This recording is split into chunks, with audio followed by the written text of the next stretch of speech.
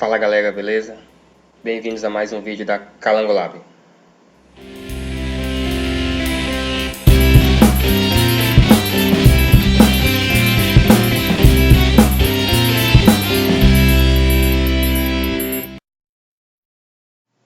Bom, hoje eu vou mostrar para vocês como funcionam os converters. Os converters de JSF nada mais são do que uma forma de transformar uma coisa em outra. Então, por exemplo, quando nós temos um campo de texto e nele queremos colocar uma data formatada, por exemplo, e que no ManageBean essa data seja tratada como um date. Para isso tem um converter padrão chamado convertDateTime. Ela funciona mais ou menos assim. Se eu for abrir aqui uma página qualquer, vou abrir a página de cadastro de livros. Cadastrar. Se eu quisesse ter um campo de texto aqui, data. Não tem um campo data aqui, vamos colocar um campo data em livro. Nossa entidade agora tem uma data de lançamento. Vamos startar a nossa aplicação. Nossa tela cadastrar está aqui. Se eu colocar para salvar aqui um novo livro teste, olha só o que vai acontecer. Erro de conversão ao definir o valor ASDADADASD para no converter. Erro de conversão. Por quê? Porque o nosso tipo aqui é date e nós digitamos uma string qualquer. Vamos tentar assim, ó, 31/12/2016. Limpar o console aqui. Erro de conversão, mais uma vez. Por quê? Porque mesmo digitando uma data, e para a gente isso é uma data, o JSF não entende isso como de fato uma data. Então vamos tentar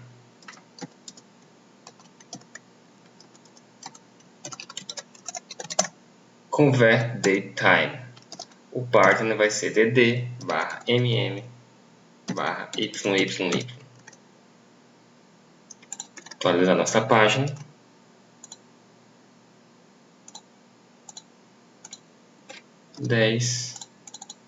Livro teste ISBN 31/12/2016.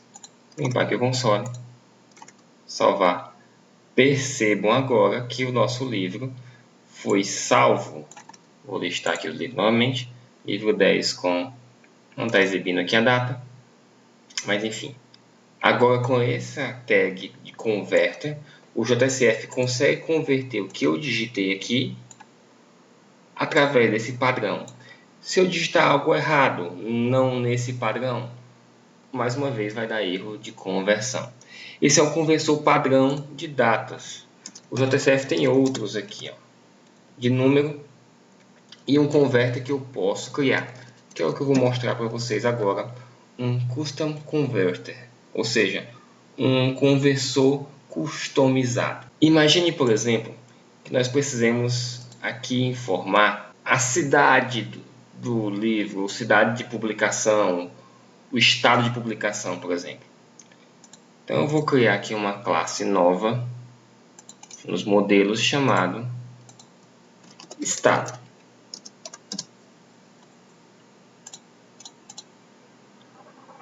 Ela vai ser sim uma entidade.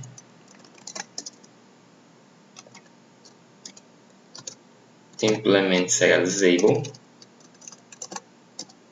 Vou colocar aqui um private long id @id. Vou colocar um private string nome e só. Basta isso para o nosso exemplo funcionar. General version id e agora os getters e setters.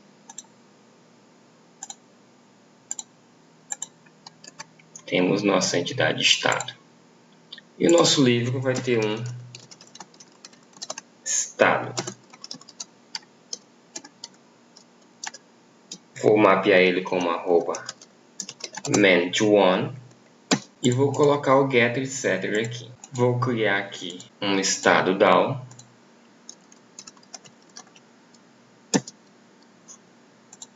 Vai ser um stateless.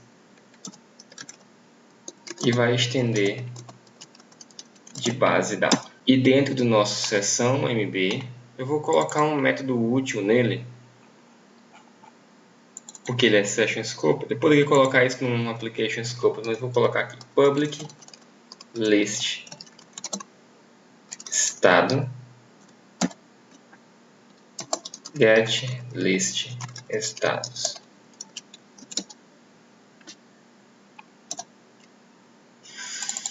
Vamos injetar aqui o DAO, estado DAO, private, estado DAO, mesmo nome, arroba, inject. E aqui vai fazer return estado DAO ponto listar todos. Isso para quê? Para a nossa tela de cadastro, ela ter a lista de todos os estados para eu conseguir selecionar. Entretanto, selecionar uma lista dentro de uma lista com o JSF, por ele tentar simular um stateful, ou seja, por ele tentar abstrair a natureza, a essência stateless do HTML, de não manter o estado, o JSF tenta manter o estado de tudo. Isso não é tão simples de trabalhar com essa lista, com esses selects aqui. Para isso é interessante ter os converters. São caras que, tempo de execução, vão transformar o teu objeto em lista de texto no HTML, e quando for submetido o formulário, ele vai transformar aquela lista, ou pelo menos o item selecionado, em objeto. Isso é possível através do converter. Vamos criar aqui um converter. Vou criar um novo pacote aqui. Dentro de lá vou chamar converters. E vou criar aqui vamos criar uma classe aqui, estado converter. Para ela funcionar, precisa implementar a interface converter e anotar com faces converter e colocar for class estado converter, estado ponto class. Ela possui dois métodos, essa interface possui dois métodos, getWasObject e o getWasString. Esse aqui é chamado quando você vai renderizar a tela, ou seja, transforma o objeto em string. E esse outro é chamado no caminho inverso, quando a requisição sai do cliente e vai para o servidor, transformando a tua string em objeto. Value aqui, value aqui. Então vamos lá implementar nosso converter. Aqui vai funcionar assim. Nós vamos criar dois métodos aqui. Um que vai guardar o mapa de objetos,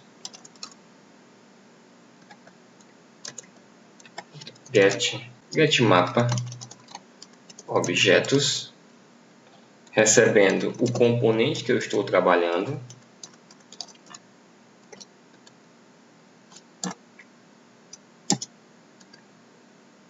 Ele vai dar um return component.getAttributes. Então, se eu estiver trabalhando com um select one menu, isso aqui vai ser o select one menu.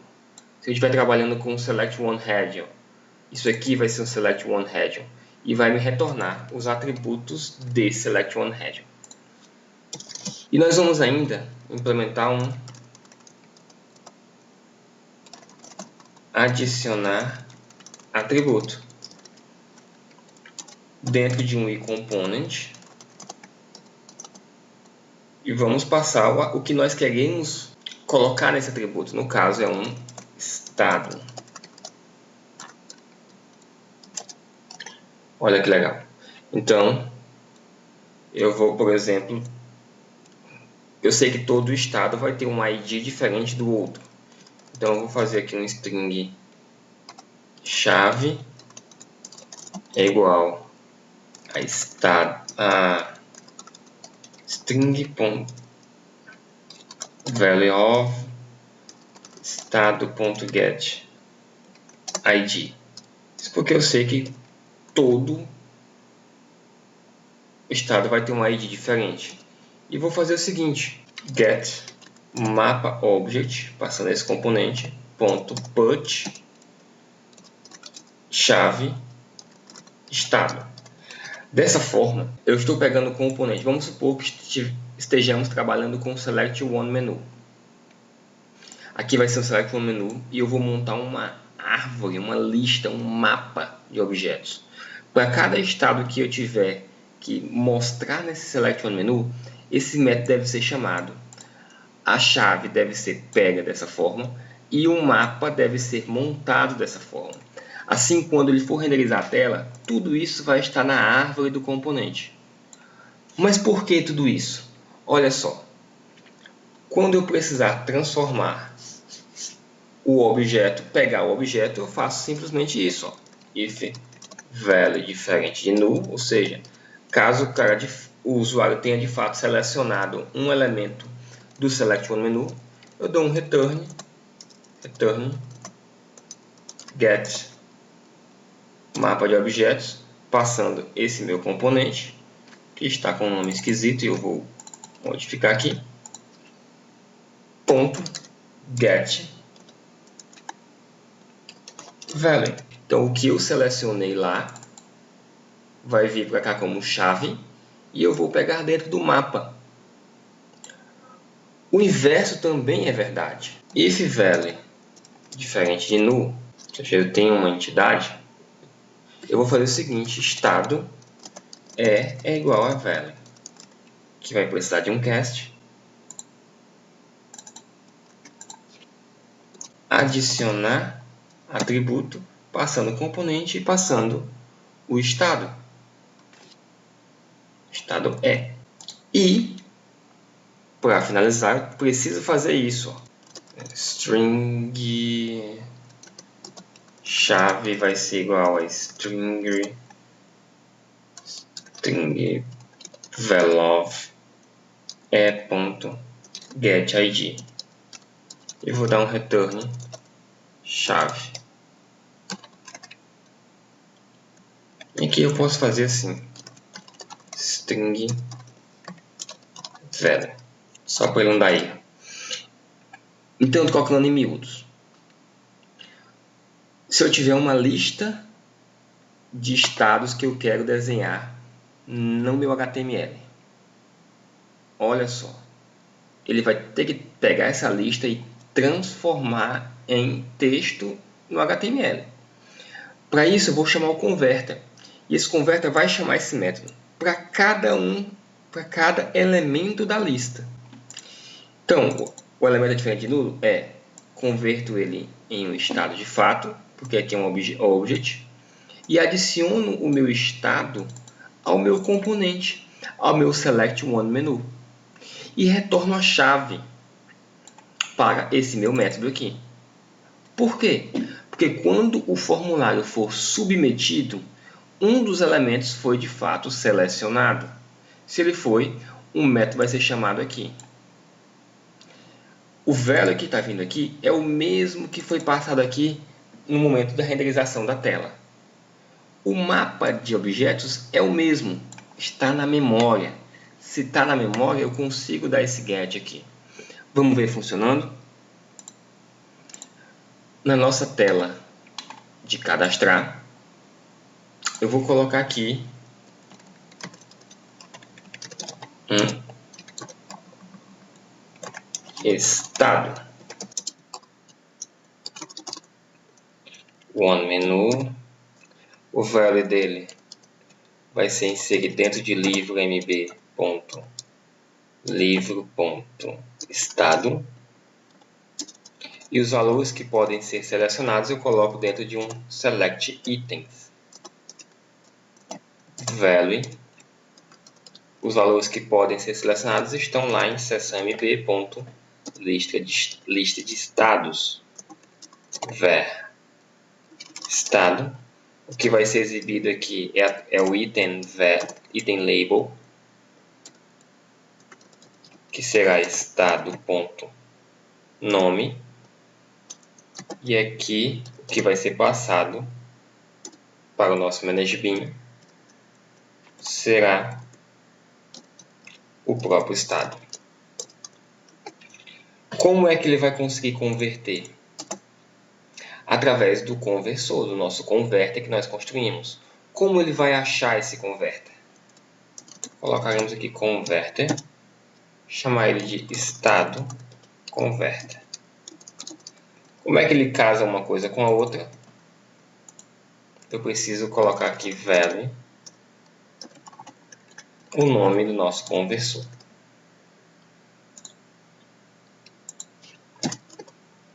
Vou cadastrar aqui direto no banco alguns estados. Vamos startar nossa aplicação. Vou startar como debug. Olha só, vamos cadastrar um livro aqui. Vieram os nossos 3 estados cadastrados no banco.